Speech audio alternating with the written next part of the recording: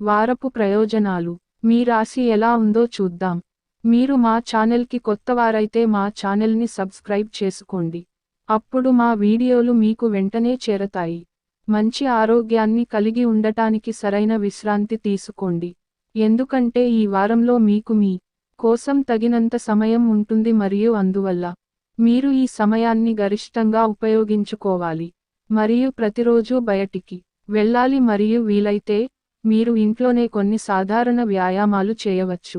చంద్రునికి సంబంధించి 9వ ఇంట్లో బృహస్పతి ఉండటం వలన ఈ వారం మీరు మీ గత పెట్టుబడుల నుండి మంచి లాభాలను పొందే అవకాశాలు ఉన్నాయి.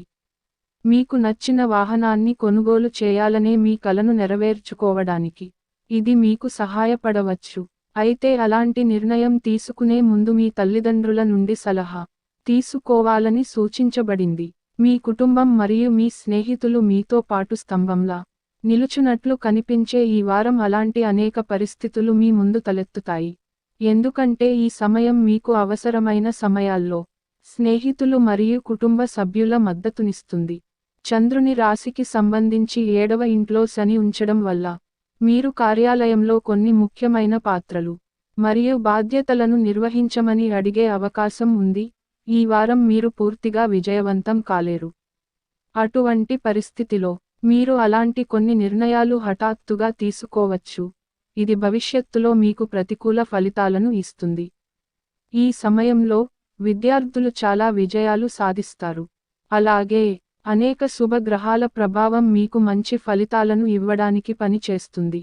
అందువల్ల విద్య కోసం విదేశాలకు వెళ్లాలని కలలు కంటున్న విద్యార్థులు ఈ గ్రహాల యొక్క శుభ దర్శనం వల్ల వారి కళ పాఠశాలలు మరియు కళాశాలలలో ప్రవేశం పొందగలుగుతారు. పరిహారం: శని గ్రహానికి శనివారం 6 నెలల పూజ చేయండి. ధన్యవాదాలు. ఈ పూర్తి వీడియోను చూసినందుకు చాలా ధన్యవాదాలు మరియు ఇలాంటి మరింత సమాచారం కోసం మా ఛానల్ని సబ్స్క్రైబ్ చేసుకోండి.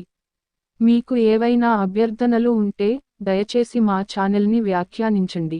తదనుగుణంగా మేము మీకు మంచి సమాచారాన్ని అందించడానికి ప్రయత్నిస్తాము. ఇప్పుడు మీకు జరిగే సంఘటనలను చూద్దాం. మంచి జరుగుతుందని ఆలోచిద్దాం. అభినందనలు.